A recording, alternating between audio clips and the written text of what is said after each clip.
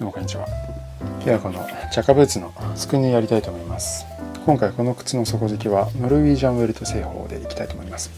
ノルウィージャンウェルト製法は僕やったことあるんですけど、前動画にしたのはもう1年以上前ですね。シルバノラッタンジの靴を改造するっていうのでノルウィージャンウェルトをやりました。で久しぶりにノルウィージャンをやりたいと思います。今こんな感じで釣り込み終わった状態です。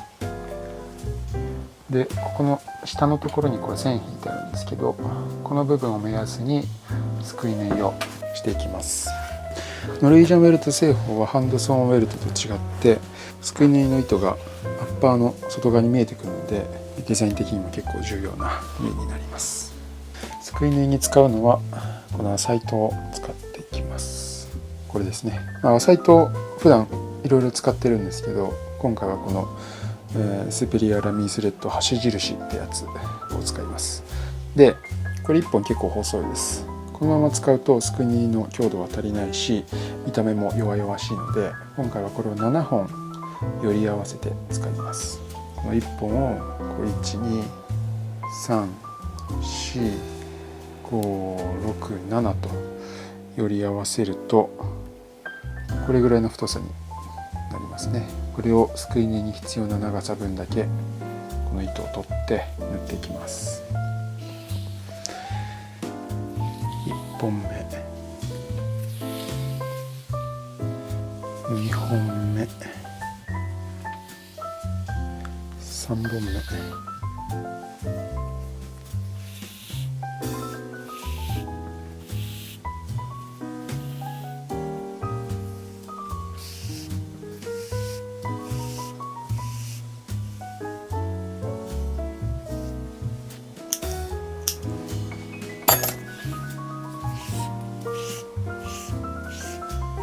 今7本取った糸を茶色く染めます。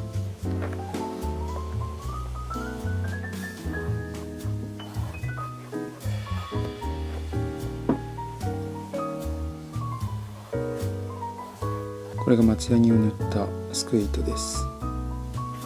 塗ってない方と比べると色と太さが違います。塗ってない方はまだ色が少し明るくてケバケバしてて太さが太いですね。それに比べると塗った方は色がワントーン濃くなってケバケバがなくなって光沢感が出て糸が少し細くなっているのが分かります。これがすくい縫いに使うノルウェージャンウェルトです。ノルウェージャンウェルトって言っても特別な形をしているというよりは普通のウェルトよりも幅広っていうだけなんですけど、これを使います。これも糸と同じように染めます。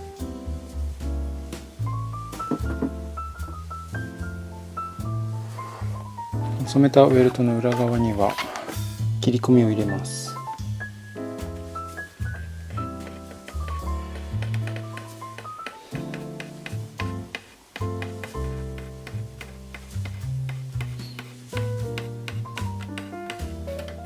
切り込みをなぞってちょっと深くします。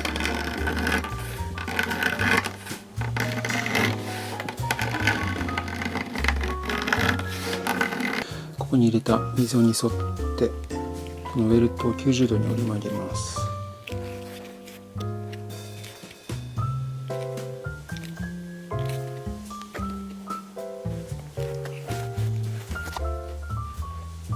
こんな感じになりました。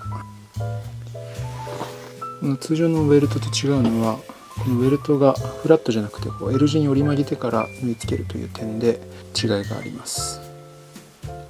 でも縫う時にはこの L 字にしては縫わないので一旦フラットに戻します。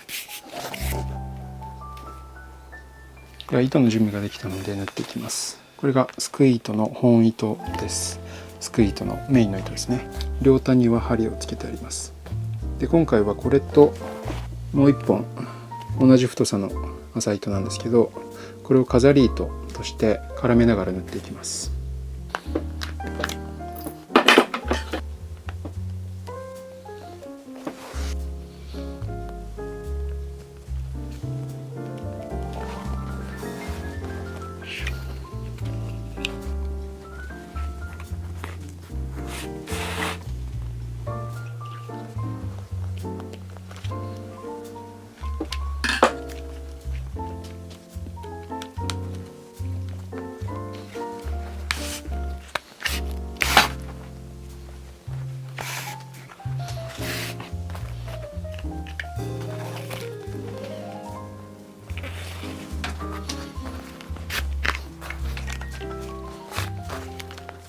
このすくいにめちゃめちゃ手間かかります。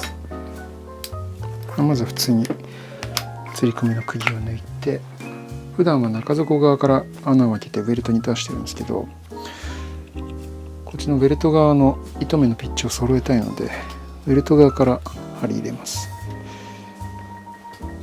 それと中底にはいつも下穴を開けてるんですけど、今回は開けてません。で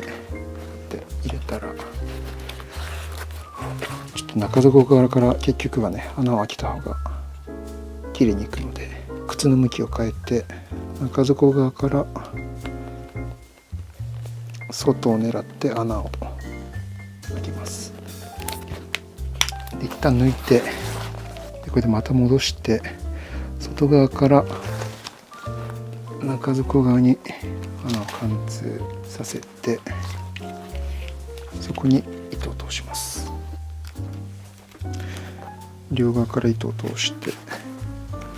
れがね糸が極太なので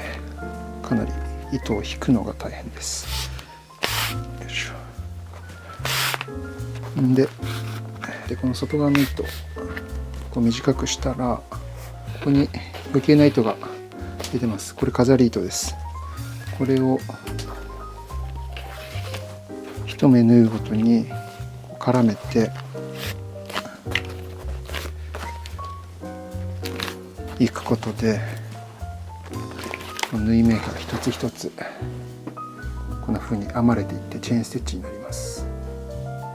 これすごいやり方めんどくさくて独自流なので正しいかどうかわかんないんですが、しっかり縫えます。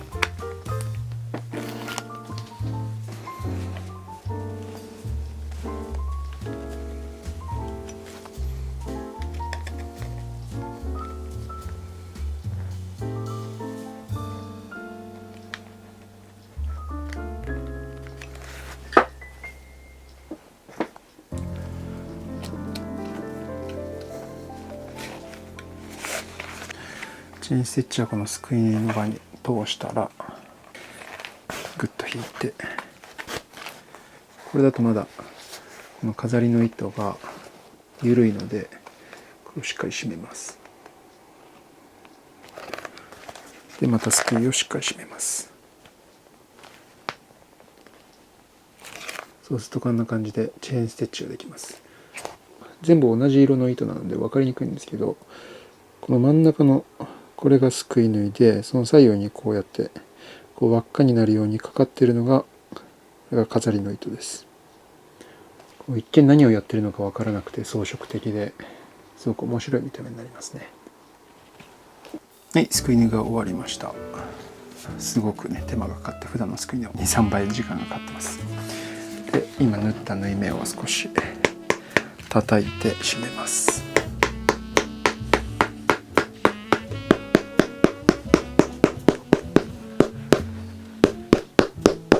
ベルトを切って少し幅を狭くします。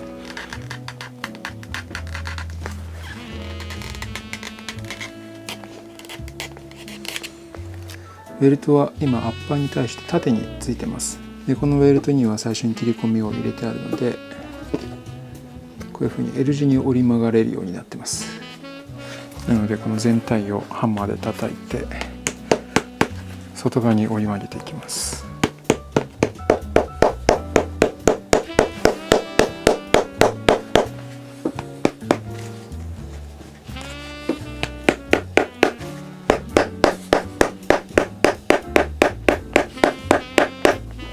はい、こんな感じでベルトが、大体ですけど L 字に折り曲がりました。これがノルウェージャンウェルト製法のこの L 字になったベルトという特徴です。でソール面にはこうして釣り込んだアッパーの皮が余っているので、これをカットしておきます。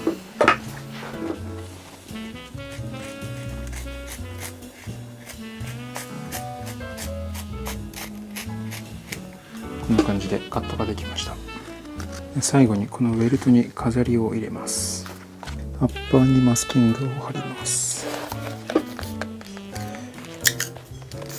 この靴はこのアッパーのサイドの部分、ここウェルトの厚み 3mm 分ぐらいが見えてます。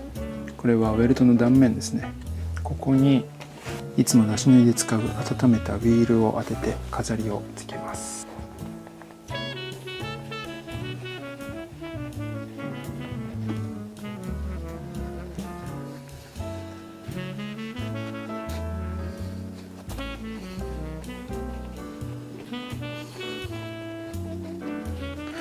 はい、ということでこんな感じで縫い終わりました。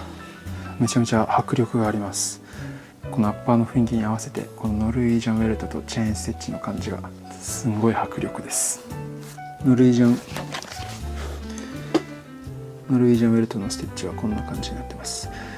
この前このイノシシ側のダービーではノルウィージャンウェルトではなくノルウィージャン製法をやったんですけど、これはウェルトをつけずにすくい縫いをする方法ですね。この靴の時はチェーンステッチにはせずすくい縫い1本がずっと連なるようなシンプルめな見た目にしました。なんですが今回はベルトもプラスされて、このチェーンステッチの飾りの糸もプラスされて、かなり主張するごつめな底付けにする予定です。このノルウィージャンウェルト製法ってノルウェーの方のもともとスキー靴とか登山系の靴から来てるっぽいんですが、結構飾りの要素が大きいと思います。防水性能が高いと言われますが、このベルトが L 字になって折り返している分、このアッパーとベルトの隙間っていうのがここにはないので、ここから水が染み込みにくいとかって言われますが、この上部には隙間というかウェルトとアッパーの境目はあるし、隙間は塞がってたとしても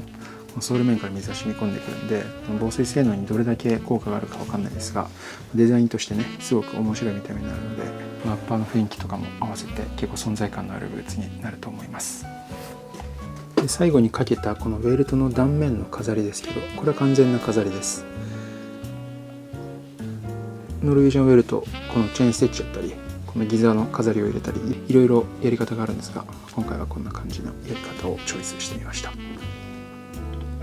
ノルウィージャンウェルト製法久々にやりました。結構苦手意識があったんですが、手間はかかりましたけど、しっかり縫えばしっかり精度よく仕上がってくれるなという印象で、またノルウィージャンウェルト製法をやりたいなと思います。まずはこの靴、ここまではねすごく思い描いた通りになっているので、引き続きごつくかっこよく仕上げていきたいと思います。それではまた。